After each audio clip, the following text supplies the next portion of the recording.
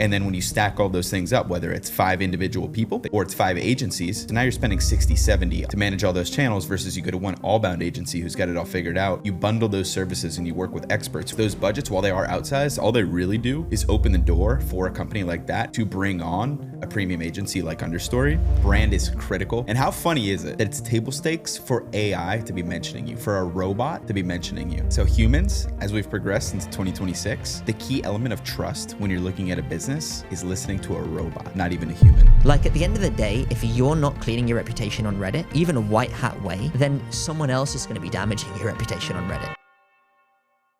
Alex. Ash. Great to have you on today. It's you know, this is a full circle moment. We met in a WeWork. Yeah. Here was it a couple months ago. Wasn't even that long ago. Yeah. You left, you went to Dubai for a little bit, you came back, and here we are recording a podcast together.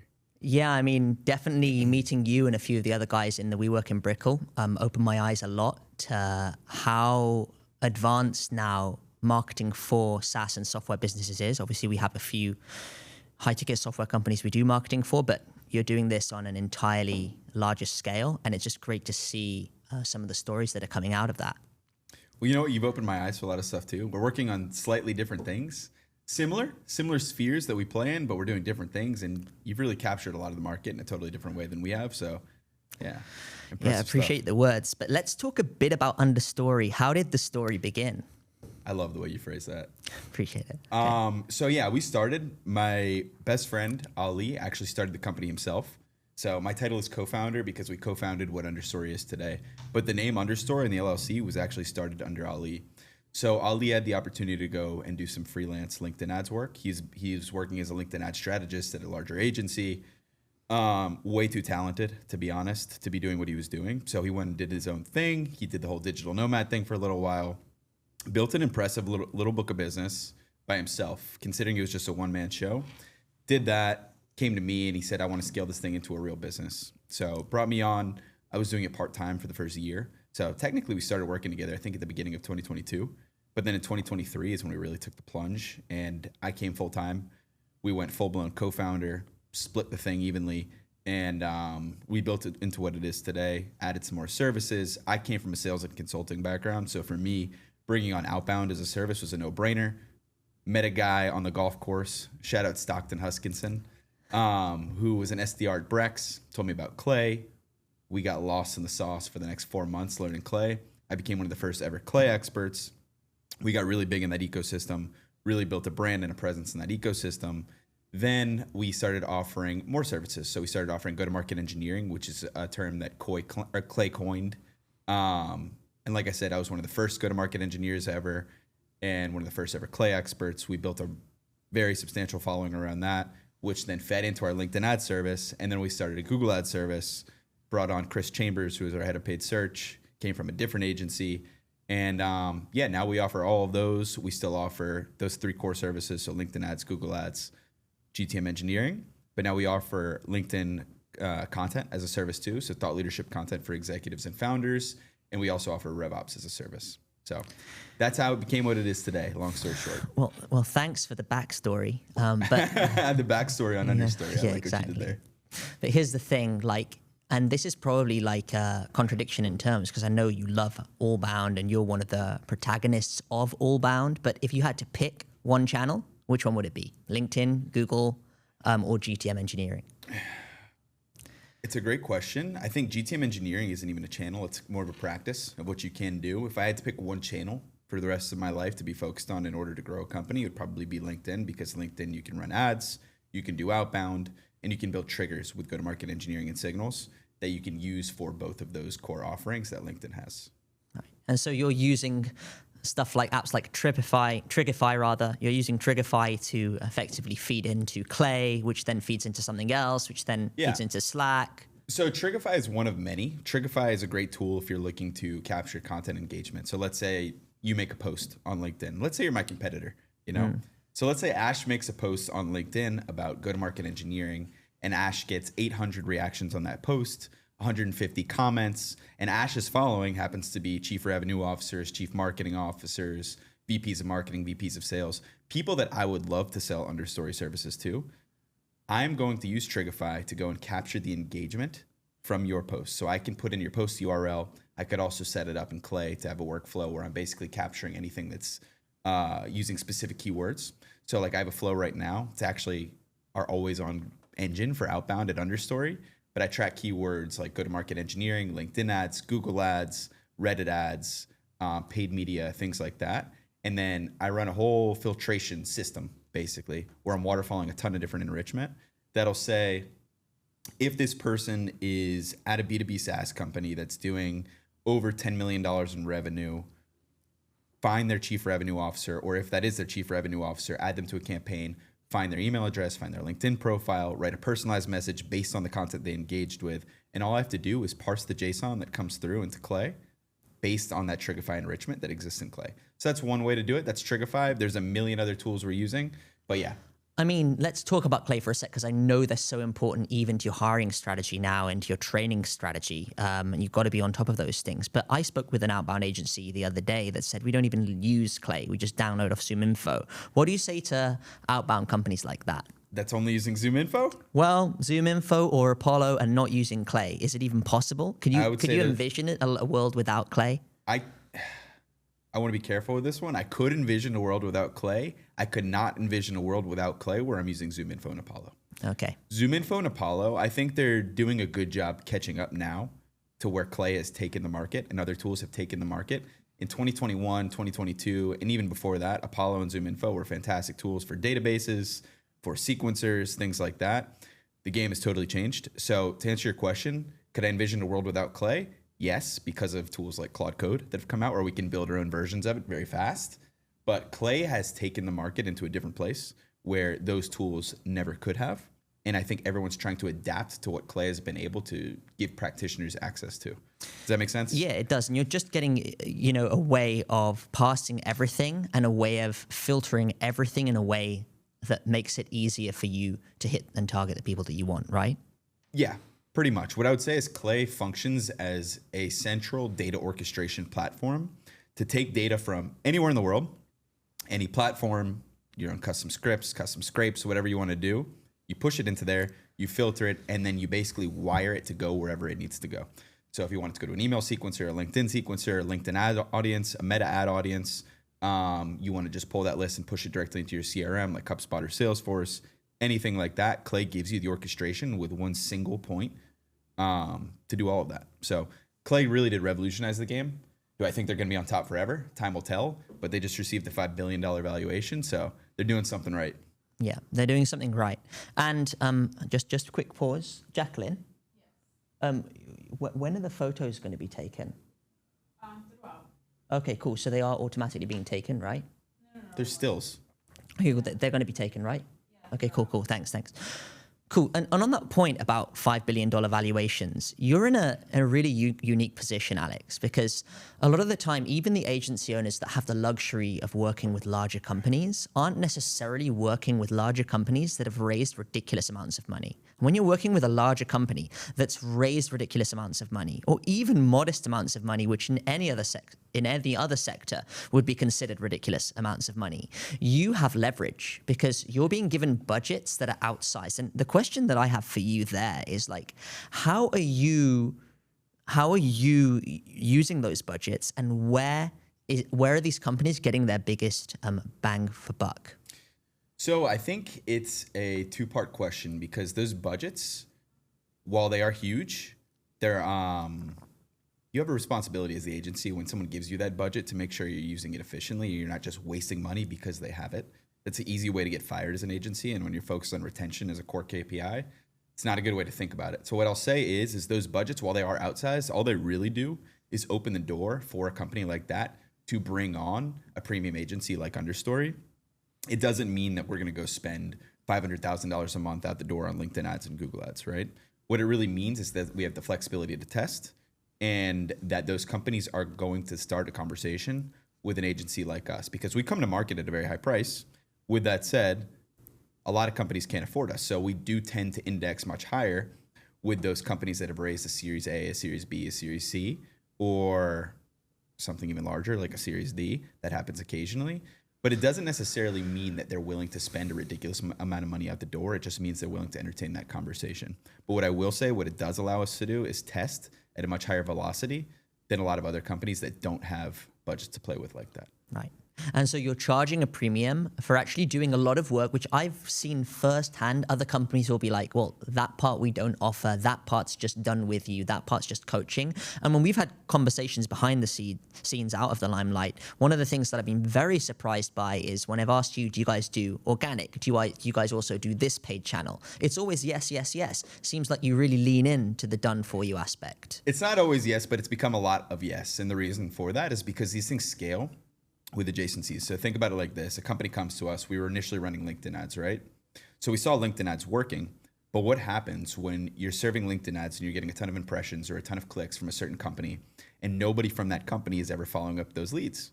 So what do you need to do? You need to outbound to those people. So now if we have an outbound engine that works in tandem with everything else that we're doing, we should offer that as a service, because that way we're going to help our clients achieve better results. Therefore, they're going to be happier with us because their board is happier, their CEO is happier, and then we're going to retain those customers for a much longer time. Google ads, they're running Google ads. Why are we not capturing that share of wallet as well if we can? So that was another adjacency. LinkedIn content, LinkedIn organic, which you're referencing right now, that became something very recently because so many times we'd get on a sales call and people would say, I know I need to be making content from my CEO's profile or some sort of executive in the company's profile, but we don't have the time, the know-how, or the means to do it. So they said, okay, well, we've been doing it successfully for the past 2.5 years. We've grown our business to multiple 7 figures a year, mostly because of our LinkedIn content between myself and my co-founder, Ali, and now our whole team is posting content. So we figured out the playbook for content as well. Why do we not offer it as a service and figure out how to productize it? So we did that. The other issue we were seeing with our clients is we would generate all these leads and they didn't have any sort of RevOps workflows to capture the leads that we were generating for them or actually convert them into paying customers. So we built out a RevOps service. So while the answer has been yes to what do we offer that thing more frequently recently, especially when you're asking me those questions, they're all very methodical reasons on why we've added those services, and they've all acted as adjacencies to each other, and they complement each other, which is why we do so much now. Appreciate that answer. And speaking of adjacencies, it's quite a pertinent and relevant answer because your whole thing is Allbound. Why don't you tell the person who's not even, forget about not solution aware, not even like problem aware, like why Allbound? And I'll tell you why I'm asking this question. Because a lot of people and a lot of businesses, and I've spoken with CIOs, former CIOs of Fortune 500 companies. I've spoken with the former CIO of 7-Eleven, right? And there's still plug me into that network, Ash. I mean, there's still an understanding that you should be able to hire someone, give them a channel, hire an agency, give them a channel and say, you should just be able to get a superior return on that channel, which is not unreasonable, but there seems to be a complete lack of understanding around Allbound. So why don't you just tell the person who's not even problem aware about why it's so important? So, I mean, companies seem to know that they need to be everywhere, and their ICP, their ideal customer profile, needs to be able to find them wherever they are. So if they're on LinkedIn, you need to be on LinkedIn. Whether it's ads, whether it's outbound, you need to be there. If it's email, you need to be there. Email, everyone checks their email, right? It's like the problem now is landing in the primary inbox, which is a totally different thing, and deliverability is a different conversation. Meta, if someone's scrolling on Instagram, you want them to see you. If somebody's searching for a competitor keyword, your brand name, that's the worst. If someone's searching for your brand name and you're not even showing up on Google, that's a huge problem. We're going to talk about what you're doing too with GEO. If somebody's searching in ChatGPT or in Claude for the best agency, how do you make sure you're showing up? So we know that you need to be everywhere, but everyone's always thought of it as a point solution, like you just said. Hire one individual person, have them manage a channel, and have that person become an expert in their domain. But you're paying somebody a full-time salary, or you find an agency that specializes in a single channel. And then when you stack all those things up, whether it's 5 individual people that you're hiring as W-2 employees at your company, or it's 5 agencies, now you went from spending what you thought was going to be $15, $20K to manage all these channels to now you're spending $60, $70, $80, $100,000 a month to manage all those channels versus you go to one Allbound agency who's got it all figured out. You bundle those services and you work with experts who are working on 40, 50, 100 other companies who know this stuff in and out. And now you can pay them a fraction of the cost. You don't have to worry about benefits. You don't have to worry about anything else. So Allbound just makes sense. And we know it makes sense. I'm just going to go out and say it. I think we pioneered it. But Okay. we've seen a ton of other agencies try to copy exactly what we're doing because it is sticky in the market. It works. And frankly, we're driving a ton of results for our clients. And our clients are sticking around for a very long time. Our retention rates are higher. Our revenue has grown quicker. We have the best talent. It's working. So I think people are just trying to copy it now. But that's why Allbound. But I think, and thanks for that answer, but I think the overwhelm for many businesses who maybe don't have unlimited resources to, and I think that even applies to software companies because they don't have unlimited resources. It's not unlimited. Right? It's never unlimited. So they raise these $100 million Series C rounds, and everyone thinks it's unlimited budget, but they have giant teams at this point. And they have investors who are, checking in on them and Exactly. are critiquing their every move. So just to go back to this point about Allbound, it's all good and well saying you need to do Allbound, but what comes first, the chicken or the egg? Surely you need to start with X before you scale out to Y. And, a lot of companies who aren't at that level are going to be like, well, how can I find someone to optimize content for YouTube Shorts, then for Instagram Reels, then for TikTok, then for LinkedIn? So what do you say to those people that want to learn from this concept that you're pioneering, but at the same time, they don't have the resources to do Allbound? Because everyone would love to be everywhere. I think the best way to start if you're restricted on budget is going to be organic LinkedIn content or wherever your audience lives. So it could be Instagram content, could be wherever it is. But in my case, because we work with primarily B2B SaaS companies, it's not only B2B SaaS, we work with B2B companies in general, but 85% is B2B SaaS. LinkedIn, it's free to create a LinkedIn profile and start posting content. I have, almost 26,000 followers at the time of this recording, right? With that said, we book 6 to 10 sales calls every single week from just my content. Layer in Ali, my co-founder's content. He's got like 15,000 followers and he posts amazing content. Another 5-6 calls from his content. Then Nafal, our head of go-to-market engineering. We're all posting content and that is completely free. It's the highest ROI marketing channel that you could ever have. And whether you're doing that, like I said, on Instagram, LinkedIn, whatever, free. That's where I'd start. And then the second place I'd start, if you have a little bit of budget, is Outbound. You can spin up 100 inboxes and 50 domains or something like that and send emails for a couple $100 a month. Data is commoditized at this point. Data's cheap. You can find email addresses. You can find LinkedIn profiles. You can send 1 million emails a month if you want to. And it's not going to cost you an arm and a leg. So if you learn and you have the know-how to do something like Outbound is the second cheapest channel. As you start to scale those motions, then you can start thinking about how do we create that Allbound flywheel? How do we layer in ads? How do we layer other things? Another thing, if you're really good, that I want to talk to you about is SEO and GEO because, if you figure out that skill, that's a skill that just keeps producing time and time and time again. Unfortunately, we don't offer that, but you do. So let me ask you then, when you're thinking about what the ideal situation is for your clients, you want them appearing in ChatGPT, Perplexity, Grok, any preferences? I want them everywhere. Okay, you want them everywhere. I want them everywhere, and I want them everywhere, and I want all these channels to feed into each other. Right. Like something, just like a quick conceptual thing to think about here. So our big thing with Outbound is a great place to start. It's cheaper, higher volume. It's basically a targeted ad that you can send on command to whoever you want, whenever you want. You can use a trigger, you can use a signal, you can do a completely cold audience. If you attribute every single outbound message that you send into someone's CRM, whether it's Salesforce, HubSpot, it doesn't really matter. We use HubSpot primarily, but let's say it's HubSpot. If you have a contact record or a property record in there that says, we use a tool called Outbound Sync to get data from an instantly sequencer, which is the email sequencer that we use for our clients, into HubSpot. There's a tag that says Outbound Sync at the property level for every single contact that we reach out to, right? So that goes into their CRM and they can see the exact correspondence.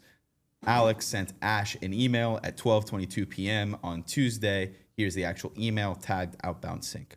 Now, let's say Ash never responds to Alex's email, but Ash goes to the company website and fills out a form and books a demo directly from the website. How did Ash find the website? Well, Ash received an email 2 days ago, never responded to that email, went to the website, clicked the link, booked a demo. Where do you attribute that? The answer is the outbound email that was sent. That's the accurate answer. And if you're tracking all of that in HubSpot, you can do that. Now, you might say our organic is working really well, and that's how you found us, but it's very easy to go back if you're tracking that and you're doing the attribution at the contact level, at the channel level, everything in your CRM and actually taking care of it. So you want to be seen everywhere. Which reinforces the need to have a new website, right? But at the same time, when we were talking the other day, you clearly told me, don't wait for that website upgrade. And I'm interested in why you said that, because in a world of Allbound, people can become very insecure if one of their channels isn't there. And that can actually become a huge impediment to taking fast action. What I told you, and this is because I care about you, you're my friend, is speed is always going to win. Perfection is never going to be the answer. Speed is always going to be the answer. Okay. The people who win are the people who just act faster every single time. It's like let's say you have I don't know if you remember back in the day, there was when Google first became a big thing. We're similar in age, so I'm sure you remember this. Yeah. But when Google became a big thing, there was another search engine. I don't remember what it was called. It was something with a dog or something like that. It was a weird name, but they came out at the same time and they basically served the exact same purpose. But Google came out first. They innovated. Frankly, Google just screwed up more, faster, and learned from it. Right. And because of that, Google became the biggest and only search engine that anybody used for the next 25 years until now they're finally being disrupted. But with that said, I think speed is always going to win. So focusing on having the best website in the world, while I think it is important and it's always going to increase conversion from leads that are landing on your website, I think acting as fast as possible is always going to be the answer. And you figure that stuff out as you go. You know? Sure. So even though Allbound is important, perfectionism is still the enemy. And in a way, it's better for them to come to any website off your cold outbound. And that website, we know with Lovable, like we've got a $500 a month subscription as an agency right now to Lovable. Yep. We're training our team members to literally use Lovable to spin up landing pages. I saw you doing it at like 11 p.m. the other night. It's not hard to do, you know? It's like you can act fast on that. The key is just getting things out of the door and shipping new things as quickly as possible. Right. And I think and we'll come to this in a second about the use of AI to actually drive performance in an agency. But actually, no, maybe we discuss that right now before we move back to Google and Reddit. But with the use of AI, it enables a team to be leaner and enables to implement the exact thing that you want implemented to speed things up. I've seen incredible things behind the scenes, which I don't know how much we can talk about them, but you have literally vibe coded in the space of hours, some stuff that's enabled you to visualize your entire revenue structure, cost structure, payments, invoices, everything, right? Yeah, insane. So, I mean, yes, what I would say is the best service businesses in the world today, which, by the way, are getting SaaS valuations now. Y Combinator made a whole thing about it. But the reason we're able to do that is because we are super talented people, but we're augmented by AI. We're not replaced by AI. We're augmented. So what used to take 25, 30 people to do, now you can do it with 2 or 3 people. If you've got the skill set to use all of these tools and understand what's, for lack of better words, a waste of your time and what is actually valuable to be using. So what you're talking about right now, yeah, like I used to pay this fractional CFO services plus SaaS company over $4,000 a month just to manage our finances, help me understand exactly where our revenue's going, what our expenses look like, categorize them, all the things you would ever want to know as a business owner.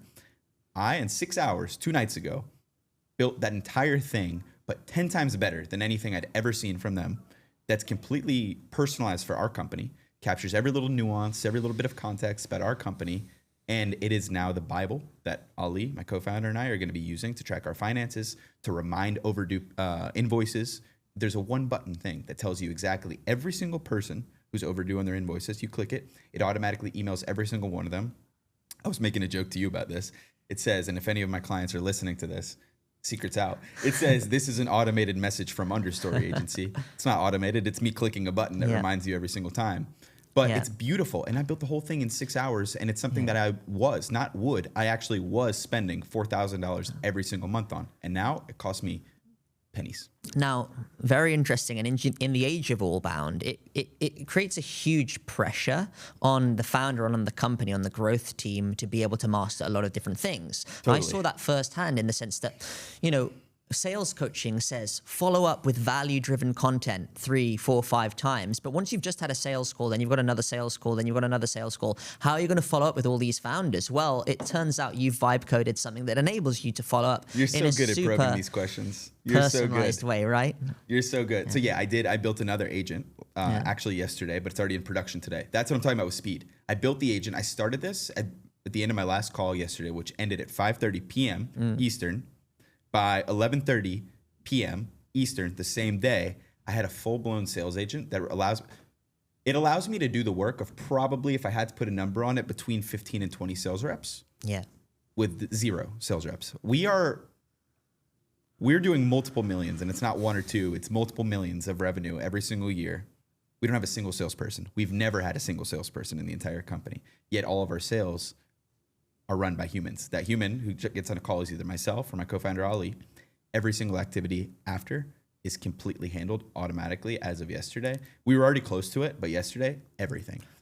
What I really like about that is that we talk about founder-led marketing being so powerful, but founder-led marketing then combined with just like team of 20 closers who've just been onboarded, yesterday, and will actually churn your leads, the good ones. When those founders want to talk with you as the founder, now you can still spend your time on sales calls, because I know you like to take a lot of them yourself. I do. And when you can't, then Ali or senior team members. But I know you love to take a lot of them yourself, but now you can still delegate to AI to follow up with the founders in a personalized way with multiple threads of content relevant to their business. And I love that. So what you're talking about, what I showed you, this is the craziest thing. And I'll try to be really quick with the way I talk about this. But basically there's three different core functions of the agent that we're talking about right now that I built. Number one is a pre-call prepper. So basically every single time before I have a call, it'll send me a brief with context about where that call was booked from, who that person is, have we already spoken before. It'll ingest a transcript from a previous call that we've had, use the context. It's trained to know exactly what to look for. And by the way, this updates every single day to learn more, every single transcript that's recorded. But then it'll send me a brief in Slack and say, you're meeting with Ash. You had a call with Ash 3 days ago. On that call, you guys talked about this. Ash booked another call based on the email thread that I just read in order to continue the conversation about X, Y, and Z. Got it. So on this call, you should be prepared to talk about this, this, this. Ash is also looking for a proposal at the end of the call and be able to talk through it. So you need to have a proposal prepared. That's step one. Step two is I just had a sales call, right? Yeah. I got off the call. I set this to work on a cron job, so it goes 5 minutes after. So that way, I use Fireflies as my transcript. As my, me too. Yeah, we do as well. Yeah. As our call recorder. Brilliant, yeah. So after that call, it takes usually 60 to 120 seconds for that call transcript to be actually processed through Fireflies. So I set a 5-minute delay in order for this thing to run. It's triggered by that transcript being created. Then there's a 5-minute delay. After that 5-minute delay, it'll then go and read the entire transcript. It'll go and it will understand exactly how I usually write my follow-up email. So the way I like to structure it is, here's what we covered. Here are the next steps. Here's the next steps for Ash. Here's the next steps for Alex. Here's a timeline of when these steps are due. And it'll automatically draft that email in Gmail. It'll send me the exact email in Slack. It'll say, open in Gmail, send, dismiss, or edit. I can do all this from Slack. I never need to leave Slack. And it writes it in my style, in my tone. And it also has a library of all the right links that I would include in a follow-up email. So my calendar link, service landing pages for each of our services, you name it, anything. Oh, testimonial videos from our previous clients. Will it pick out relevant testimonial videos for that? It knows exactly how to pick out which testimonials are relevant based on the context of the conversation. I mean, the brilliant thing about all this is you're drinking your own Kool-Aid. So someone's like, oh, he's playing me. Well, but actually he's got the systems that are going to enable me We to dog food use every single thing that we ever sell. Before we ever sell it, we run it on ourselves. That's how all of our services have ever started. Yeah. And there's a third thing too, by the way. Yeah. And real quick, I'll cover this one and then I'll shut up. Yeah. But this third one, it'll every single morning at 9 a.m., it runs through my entire email history, finds conversations that look like a sales conversation, identifies whether it's a sales conversation. If it is, it determines whether the onus to respond is on me or the prospect. If it's on the prospect, it drafts a nudge based on the context of our conversation on email. Plus, it'll go and ingest the transcript to identify any context that's relevant there. Then it goes and looks forward on my calendar to determine whether or not that person's already booked a follow-up call on my calendar. And if they do, ignore it. If they haven't, it'll draft the nudge email if the onus is on me, or it'll nudge them if the onus is on them. Wow. Okay. I think enough said. And going back to Google, you said it was being disrupted. I think a lot of people would agree that Gemini is sort of winning right now. People are using Gemini. I think the reason people are using Gemini is because people still, it's in their nature to go to Google. And when they go to Google, Google now has this function that's powered by Gemini called AI search. Right. So I think everyone is still using Google, but they're using it in a different way than they previously had. I don't know what the share numbers have gone to from traditional Google search to AI mode or whatever it's called with Gemini, but I imagine it's a lot of people. They made it so easy to switch. So yeah. Right, and you've also got the intermediary or the stepping stone between going from Google search to full-on LLMs, which is the Google search bar, and how that pulls directly from Gemini. And that's why some people are talking about AEO, answer engine optimization, being cited in the answers. Some people are talking about GEO, which is generative engine optimization. They're slightly different things, but when we think about that snippet at the very top, position 0, as we call it, and being featured in those snippets. So important. A lot of that's about following the practices and the trends of AEO and GEO to be featured there, right? And so what we're talking about is an evolution from SEO, which is doing all the things that enable your book to effectively surface in the library at all, versus AEO GEO, to kind of go on with this analogy, where your book is actually being picked out by the librarian as the answer. Right? I love this analogy. What makes a good librarian? Right. Yeah. I mean, and yeah. So there's a lot of focus on which book the librarian picks, and I think a lot of people have a valid question here: is what do I need to do that my SEO agency isn't already doing? And there's a lot of smoke and mirrors, and there's a lot of like, okay, is this just a spin? Is this just another word for SEO? Well, no. SEO is the foundation. But GEO and AEO is all about doing that portion, that segment of stuff within SEO that's going to enable you to get found. And more than ever, it's about the content actually being very concise in answering the specific question. Right? Yeah, and honestly, you know way more about this than me. I have a million questions for you about this. But my understanding is that SEO also feeds into GEO. So if you're following all the same principles of SEO, it's going to make your GEO better. Is that accurate? That's accurate. But if you've got good schema markup, that's accurate. If you've got good schema markup, if you've got good number of citations, you've got good volume of appearances within directories, then you're going to not only be doing well on SEO and getting on those first 10 blue links on page 1 of Google, but you're also going to be picked up by the search engine. But you're also going to be picked up by the large language models. What's different, though, is that whereas before it was about having 800 to 1,200 words in your blog article with the right keyword density, now it's also, and more than ever, important to have the right answers to specific questions. So FAQs have increased in their importance. So right? This is where the librarian thing comes into play, right? So it's like the benefit of a good librarian versus any librarian is a good librarian is going to be able to tell you the exact book that you need. So in the car driving here, the reference that you used was the good librarian is going to be basically what the LLM is supposed to be, right? So the LLM is giving you the right answer. So it's not just a answer, it's the best answer. Is that accurate? It's giving you the best answer or the best set of answers or the best options, and they're taking up all the traffic in terms of the LLMs, and they're what are getting you the ChatGPT referrals. What's really important to understand is the degree of credibility that people give to the LLMs, right? So when I'm doing a search, I'm thinking, right, I don't want to just appear where everyone's done SEO and like be recommended, or either sponsored maps or regular maps, because a lot of people go past the sponsored positions on maps or on the SERP, Totally. right?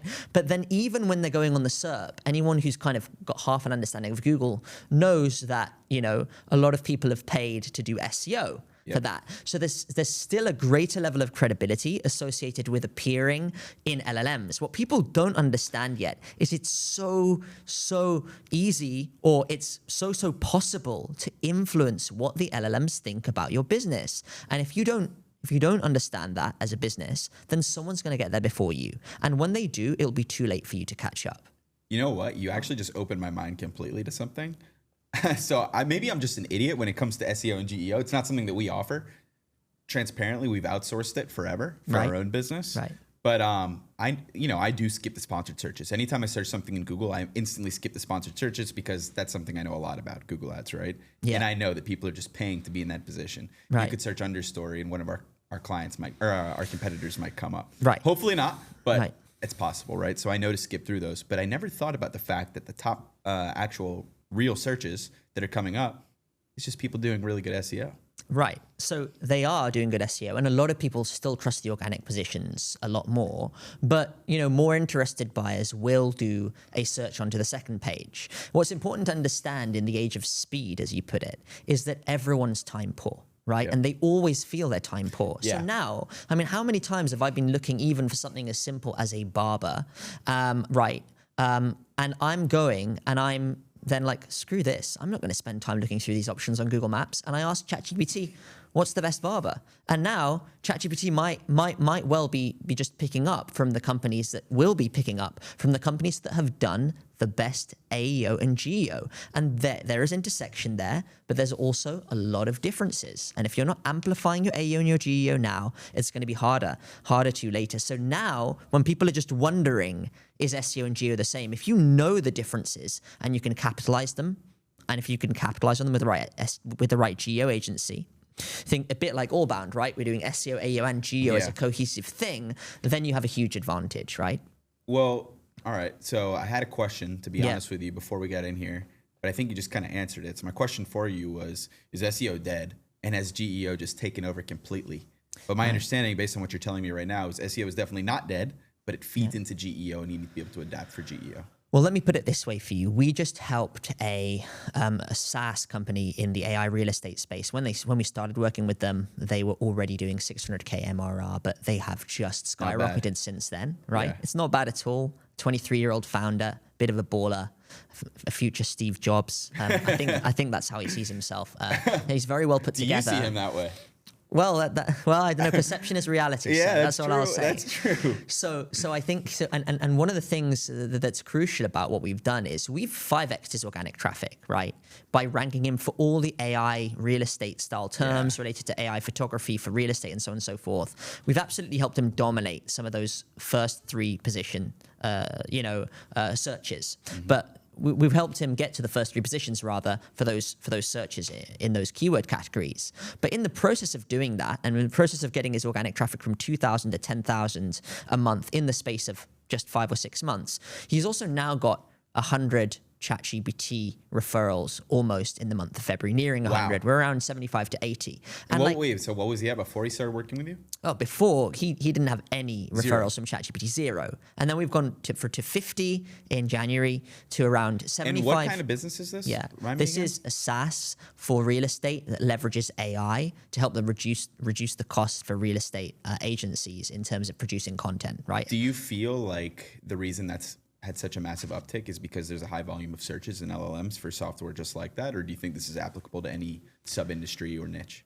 Well, you make a valid point, is that people who are in software are going to be first movers by using these LLMs. Yeah, of course. But I think anybody, I just gave the barber example, that was real, Yeah. I've more recently got into software, as you know, and started working with some of these big companies. But, I wasn't in software 3 years ago. And what I can say is you worked with a lot of local businesses, right? Right. We've worked with a lot of dental practices, a lot of healthcare companies, then going into large groups, medical groups, ophthalmologists with multiple locations. I would imagine local businesses would absolutely thrive by using this. They are thriving, and the word on the street is that a lot of the patients are finding them on ChatGPT. We just had an ophthalmologist that spends $30,000 a month in advertising spend say that they just got 4 patients in last week from ChatGPT, and they know, and they're speaking to all their ophthalmologist colleagues, the dentists are speaking to all their dental colleagues, and it's the same story every time. More people are finding us on ChatGPT, and that comes back to the key point about, okay, we 5x'd organic traffic, but a ChatGPT referral is worth 100 users visiting your site right now in terms of the way I perceive it, because it's qualified, because of the trust people are placing in Gemini. It's so true. ChatGPT. I just spent $5,000 on Invisalign. Yeah. I don't have it in right now because I can't speak with it. I freaking hate it. But anyways, I spent $5,000 on it. Yeah. And the way I found it was I searched orthodontists here in Miami that do Invisalign on ChatGPT. Yeah. Well, we've probably sold about 10 million worth of Invisalign for our clients just through paid ads. That's a cool stat to say. Yeah, 10 million of Invisalign. Yeah. But what I can tell you is that effectively ChatGPT is important as well. And so that's why we always offered SEO to our clients. As soon as they got to the situation where their paid ads were working, there are always months of the year where those paid ads aren't working as well. But one thing we know is that dentists are willing to pay to be in those top 3 Google Map positions, in those top 3 positions on Google search. And that's absolutely crucial. So to go back to sort of trust and the way people trust intuitively what LLMs say, I think it is important to understand that Reddit's a big part of that. Now, before we go into the Reddit SEO side of things, because we know Reddit's very trustworthy, do you find that when you run Reddit ads, they are sort of getting lower costs than Google ads? Because I've not experimented so much with Reddit ads. So what I'll say is Reddit's efficient. It's a much, much, much smaller piece of the pie for us in terms of our ad spend. We spend, millions of dollars every single month on ads for our clients. Reddit is a very small portion of that. We like to use Reddit for retargeting. Reddit is also fantastic if you can do it the right way. So making sure you're doing a ton of research on the right subreddits to be advertising on, it's critical. And making the posts, the actual ads, appear as least the least amount like an ad possible. Right. Because when you do that, when someone sees an ad on Reddit, they're like, why the hell am I on Reddit in the first place? The whole reason I'm on Reddit is to get valuable feedback from real people. Anonymous, real people. So you found that those native ads perform very well, as UGC would on Meta, but Reddit's still pushing for a lot of people to use the platform, which typically is associated with lower costs. Do you find those lower costs lead to better return on investment compared to Google and Meta, or is Reddit still struggling to keep up with ROI? They're just totally different. To be honest with you, Reddit works really well with some of our technical clients. We've developed a niche in cybersecurity. I don't know why, but we have like 10 cybersecurity companies in our portfolio. Right. And they tend to index really well on Reddit versus some of the other platforms. They do really well on LinkedIn. They do really well on Reddit. So when you By think about indexing, you mean actually on the paid ad side, not on the SEO, they right? Perform well. And the reason they perform well is because those are both trusted platforms. Yeah. So when you think about somebody who works in security who might be buying a security product, they're extremely skeptical people. Outbound, by the way, running outbound to cybersecurity professionals to sell a cybersecurity product, don't waste your time. Right. It sucks. We do it. It works occasionally on LinkedIn. On email, oh my God. They instantly think you're trying to steal their identity, steal their home. Okay, phishing, the concerns, exactly. right? Any of those things. But on Reddit, that's where they go for it to be trusted resources. So we tend to see when we advertise cybersecurity products on Reddit, there tends to be a strong return there. And then LinkedIn too, because cybersecurity professionals, they are pretty loyal to their job. They don't jump jobs as much as other people, like maybe a CRO or a CMO or something like that. But they do go to LinkedIn to learn more about cybersecurity. So running LinkedIn ads and LinkedIn outbound to cybersecurity people tends to work well on LinkedIn and on Reddit. So that's where Reddit's a great use case. Outbound on products. Reddit, or ads on Reddit, but outbound on LinkedIn. And you're talking about ads and also messages on LinkedIn, Correct. right? Yeah. But the irony is that LinkedIn has your profile there, so it has a lack of anonymity, whereas Reddit is the opposite. It has complete pseudonymity, anonymity. And so why would people trust Reddit and what people are saying when it has anonymity? Because who the hell in their right mind is going to go at home at night after they're done working and write about cybersecurity products on Reddit other than somebody who works in cybersecurity? Right. It's one of those things. Like, you've got to either be, maybe there's a screw loose or something like that, or you're just super passionate about cybersecurity. Right. So because of that, other cybersecurity professionals trust people on Reddit.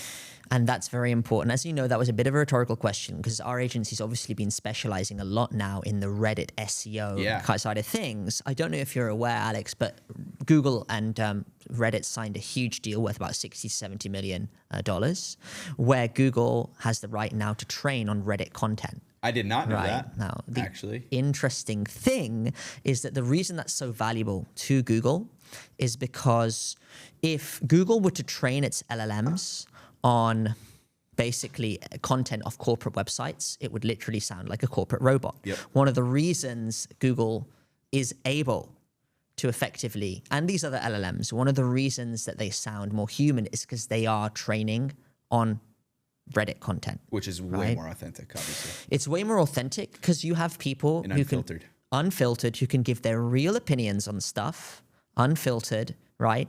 And speak in a colloquial style, say exactly what they think about stuff. There's an element of democracy to the way things get upvoted, right? And so the opinions that carry the most sort of democratic weight ideally get promoted and upvoted. And so that's being fed into these LLMs to give the more authentic answers about where you should pick your next buying decision, who you should pick. Should I trust this company or that company? Is such and such person a scam? And the interesting thing about this as a value proposition for an agency like ours is whether it's an info product, we know in 2025 trust was at an all-time low, and these info productors have to be careful they're not being perceived as a scam. We know in the e-com space, people are making product comparison decisions. We know in the tech space, all the techies and the nerds, they're hanging out and they're geeking out on Reddit and they're getting their assortment of different, they're getting their assortment of information from Reddit. But it also, so this is huge to the way geo is basically being, giving you the answers now. And I'm not surprised to hear anything you just said, to be honest with you. Like, it's happening very frequently now where people will say that they read about us on Reddit, which is crazy because we don't do any of that. We don't do any organic content on Reddit or anything like that. But I guess someone is talking about us on Reddit, which is actually driving real sales for us. So I'm not surprised at all to hear that you guys are doing that. I'm not surprised to hear anything you just said, but I am curious to hear about what you're doing on Reddit that's actually working right now. Well, look, the first thing we're always going to do is going to create your company an official Reddit account. And a lot of companies won't have that. So you guys actually set up the account for your clients. We'll set up the account for you. We can teach you how to set up the account. It's not difficult. We can tell you to set it up. And then we're going to start posting in a reasonable way. And we're going to start also getting Reddit karma. Now, we're also going to set up subreddits in a very, very strategic way and post from a number of subreddit accounts. And we're just going to be part of the dialogue. There are many organic ways to influence Reddit without even necessarily manipulating it. And one of those ways is to ask your real clients and your real customers to actually leave what opinions about what their experience was with your program. No bullshit. No like, oh, please leave a sort of a review that's sort of just exaggerated. And I'll tell you why that's important, right? Like at the end of the day, if you're not cleaning your reputation on Reddit, in even a white hat way, then someone else is going to be damaging your reputation on Reddit. Whether that's a disgruntled customer who's not representative, a bit like those 1-star reviews you get on Google. That's exactly what I was going to just talk about. So it's similar to those people who go and remove the bad reviews from Google. Right. But this is in a more proactive way. You're curating Reddit in a way that you get to have your customers say their side of the story as well. And sometimes not everyone's going to leave a 5-star review on Google. And sometimes you can prompt people to leave the right reviews, but you can also shape the narrative to your official Reddit account and allow the opportunity for satisfied customers who are scrolling on Reddit to leave their authentic opinions about your company. And that's going to prevent you from maybe you can dominate the SERP and dominate Google Maps, but not be that authoritative brand on GEO, on the LLMs. Why?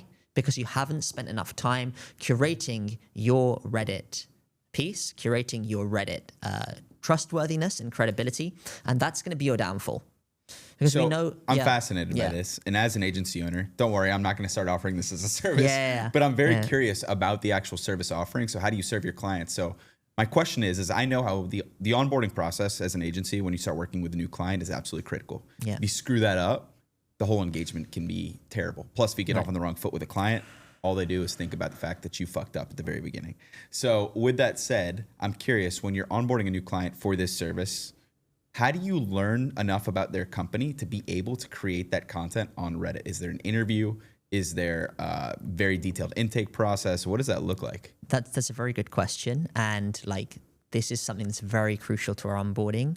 We will not just depend on clients, specifically the bigger the client, the more time poor they are, right? And so I'm sure you've experienced this as well, but you need to be very innovative about the way you gather information. So one of the things we'll do is in automated and manual ways, in both ways, we will scrape a ton of content from their existing blogs, a ton of content from Twitter accounts, a ton of content from multiple sources where they've already posted. We'll get transcripts of YouTube content.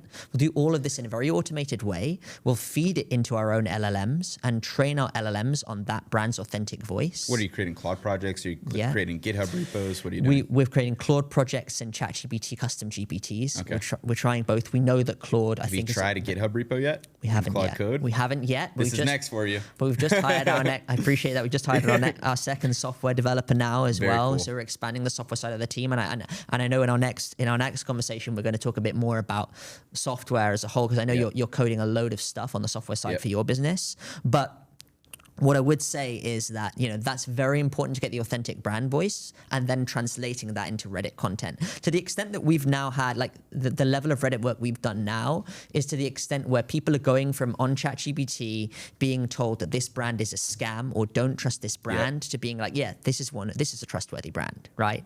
And I think in that— You've transformed businesses all the way from that extreme to the next? Yeah, we have. And it's not necessarily lying. Like, it's not anything No, to it's do one with, bad review can skew everybody's opinion. One bad review can skew anyone's opinion, and you'd be surprised. Like, you can even say, hey, you're mixing up my business with this other business. That too. Right? Yeah. And then once ChatGPT recognizes that it's done that and rectifies itself, you can literally go and ask someone else somewhere else in Miami or wherever else Yep. to search the same thing on ChatGPT, ChatGPT's memory will have already adjusted for that correction. Now imagine now how much NAP. How long does this take? So let's say ChatGPT is saying, this business is a scam, don't trust them, we hate them.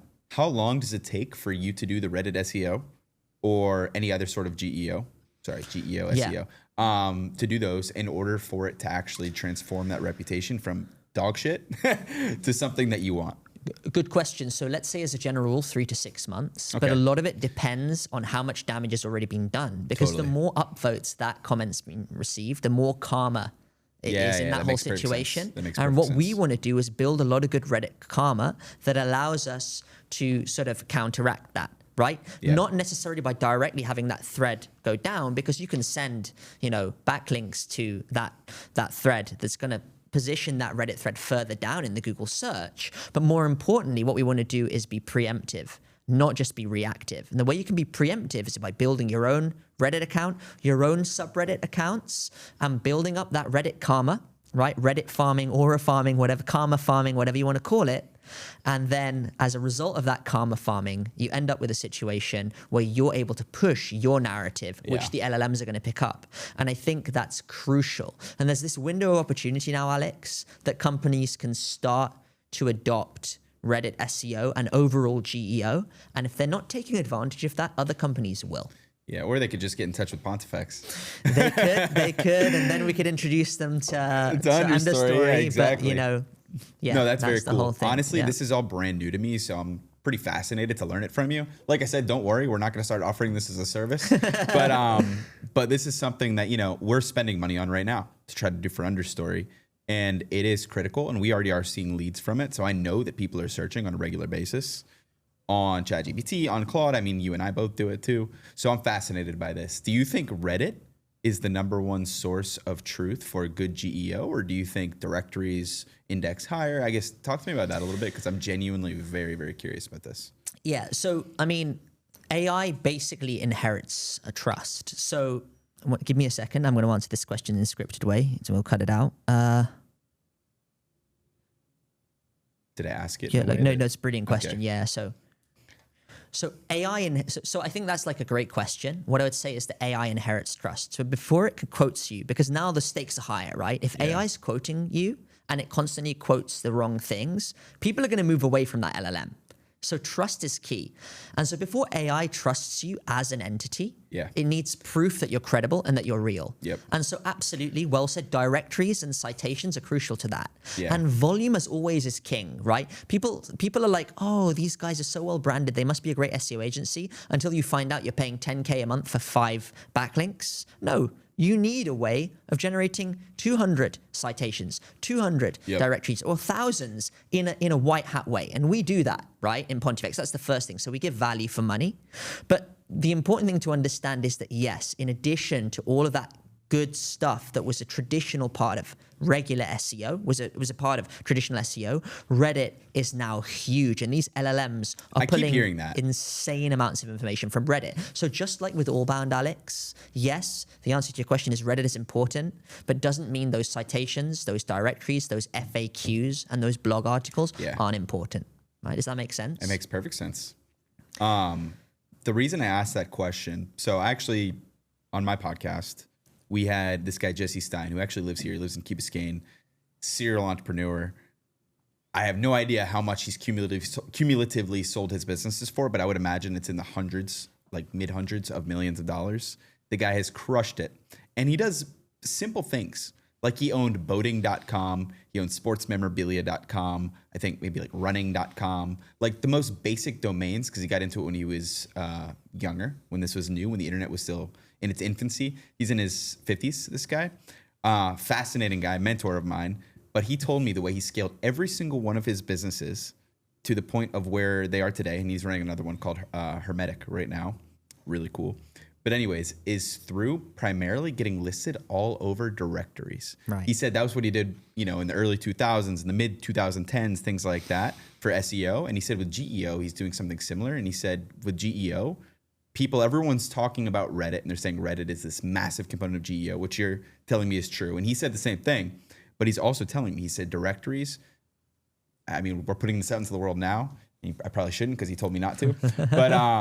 But he said directories have been like the number one thing that's getting him listed all over different LLMs. Look, at the end of the day, if your name, your address, your phone number, the category that you're in Yeah. is being constantly surfaced Yeah. in, whether it's the yellow pages, I don't know if you get that reference. It's something we We're had the in same UK. age. But yeah. But it's being listed in these directories, all the way from these local directories that are relatively unknown to the big ones on the internet. Yep. Then that's going to obviously lead to the consistency as perceived by the LLM, and it's going to lead to your entity being trusted.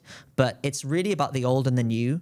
And it's that synthesis. So yeah, these old systems are crucial. They don't stop being useful. And people always underestimate the power of volume. Just like if you send out a good number of leaflets, right, 100, you're not going to get an impact. You do 10,000, all of a sudden you get a drop in the ocean of what's possible.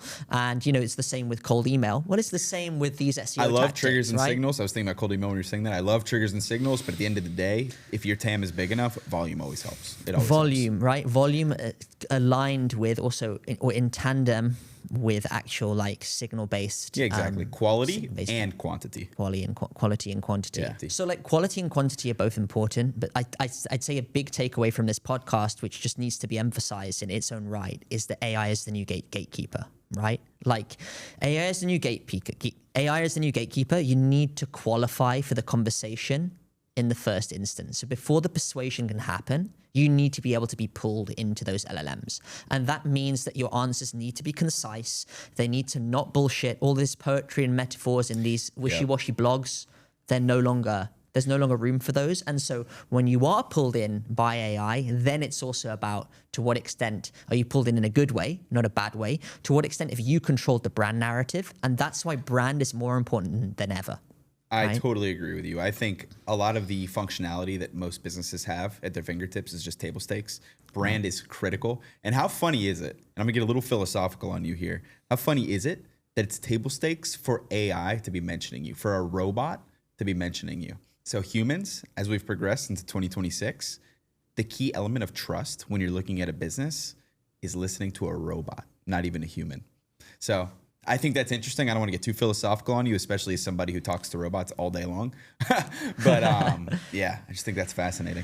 Yeah, it's fascinating that we put so much faith and trust into a robot because of its capabilities in synthesizing information. Crazy. Even though the way it synthesizes that information is so manipulable by skilled humans. Exactly. For the time being, or AI augmented skilled humans. I literally made a LinkedIn post about this today.